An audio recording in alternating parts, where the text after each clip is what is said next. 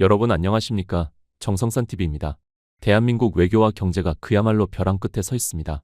지금 박살나는 외교 아이폰 쓰고 나이키 신고 유튜브 보면서 인스타하고 트위터하는 것들이 계속 반미 외치면서 동맹국이 미국과의 외교 관계를 진짜 개박살을 내고 있습니다.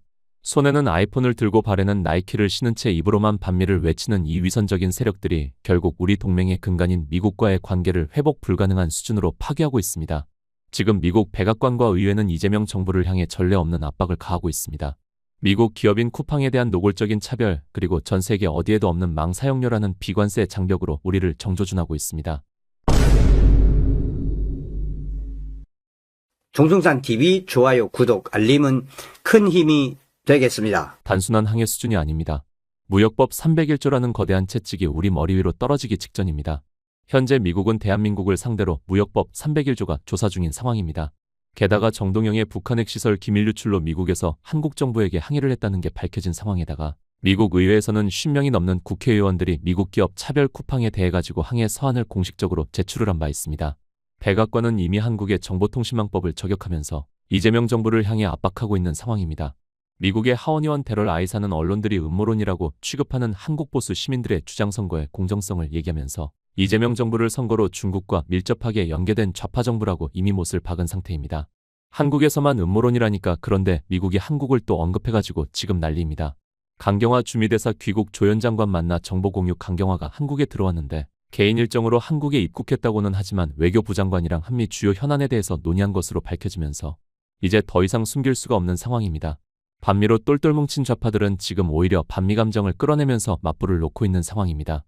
오히려 좌파 정당들 90명이 쿠팡 관련 미국의 입장에 정면으로 맞불을 놓으면서 사법 주권을 침해하는 부당한 압력이다, 이렇게 규탄을 하고 있습니다. 오히려 주한미국 대사에게 항의 서한을 전달하겠다고 밝혔습니다. 계속해서 반미를 선동하고 있는 것이죠. 그 와중에 JTBC를 보시면요, 색깔론이니 이간질이니 뭐 말 같지도 않은 소리 하고 있습니다. 지금 정부도 그렇고 국회도 그렇고 레거시도 마찬가지로 가장 큰 문제를 보면 본질 자체를 전혀 파악하지 못하는 척하는 겁니다. 쿠팡 문제를 비판한 데럴 아이사 의원의 인터뷰 내용을 다시 보면 선거로 중국과 밀접하게 연계된 좌파 정부, 이렇게 이재명을 정의하지만 미국 기업들을 공격하기 시작했다라면서 미국 기업에 대한 차별을 얘기합니다. 그렇다면 차별이라고 말하는 이유는 쿠팡 개인정보 유출이 3,500만 명이다 말이 많은데, 카카오는 고객정보 542억 건, 알리에 유출 카카오페이 과징금 60억, 고객정보 542건이 아니라 542억 건을 알리에 유출한 즉 중국 기업인 알리에 유출한 카카오페이는 불과 2025년에 과징금 60억으로 끝났습니다. 만약 카카오도 쿠팡처럼 처벌하고 문을 닫게 해야 한다든지 1조 과징금이라든지 이런 말을 했으면 상관이 없는데, 알리에게 개인정보 유출 카카오, 전 국민이 다 쓰는 카카오는 과징금으로 넘어가고 그것보다 작은 개인정보로 유출된 쿠팡은 문을 닫게 한다는 1조 배상을 한다는 이런 말을 하고 있습니다. 미국 기업인 쿠팡 입장에서는 차별이라는 말을 하는 겁니다. 공정하지 않게 느끼니까 당연한 겁니다. 그런데 이 쿠팡을 대하는 걸 보고 주권이니 뭐니 이간질이라면서 차별하고 있는 주제에 왜 차별하냐고 물으니까 우리 주권이거든, 이렇게 포장하고 있는 게 지금 이재명과 좌파들만 가득한 국회인 거고, 언론들은 그 거대한 권력의 나팔수 노릇을 하면서 국민들의 눈과 귀를 가리고 있는 중입니다. 결국 항의 서한이 의미하는 게 뭔지 보면 겉으로는 내정 간섭이니 뭐니 떠들면서 반미 선동을 하지만 내면적인 속뜻은 나 중국 편이다, 이렇게 서한까지 보내는 상황인 겁니다. 미국이 저걸 모르겠습니까? 북한 핵시설 기밀 유출에다가 미국 기업인 쿠팡 차별, 그리고 한국의 정보통신망법 입틀막 또한 구글, 유튜브, 인스타 등등 미국 기업에 대한 차별로 보고 있는 상황인데, 여기서 미국이 한국을 한 번 더 콕 집어서 저격을 했습니다. 미국 한국 망사용료 또 불만 어디에도 없다. 바로 2024년 2월 27일을 기점으로 한국에서 개인방송 플랫폼인 트위치를 철수시킨 바로 그 주범인 망사용료를 콕 집어서 또 저격을 했습니다. 구체적으로 저격한 곳은 USTR입니다. USTR은 바로 무역법 301조에 따른 조사와 조치를 전담하는 미 대통령 직속 행정기구입니다. 굉장히 구체적으로 저격을 했습니다. 일부 국가들이 미국산 수출을 막기 위해 얼마나 필사적인지 믿기 어려울 정도입니다. 전 세계 어느 나라도 대한민국처럼 망사용료를 부과하지 않는다. 이것은 대표적인 비관세 무역장벽입니다. 이렇게 발언을 하면서 구체적으로 한국을 정조준을 하고 있습니다. 7월 안에 무역법 301조를 부과한다라고 하는데, 한국이 합격 목걸이를 받는 건 기정사실로 보이고 관세 15% 맞고도 한국 경제가 휘청거렸는데, 그저 중국이 보기에 좋은 외교에다가 관세 50%에다가 플러스 알파가 되면 진짜 나라가 박살나는 게 훤히 보이는 상황인 것입니다.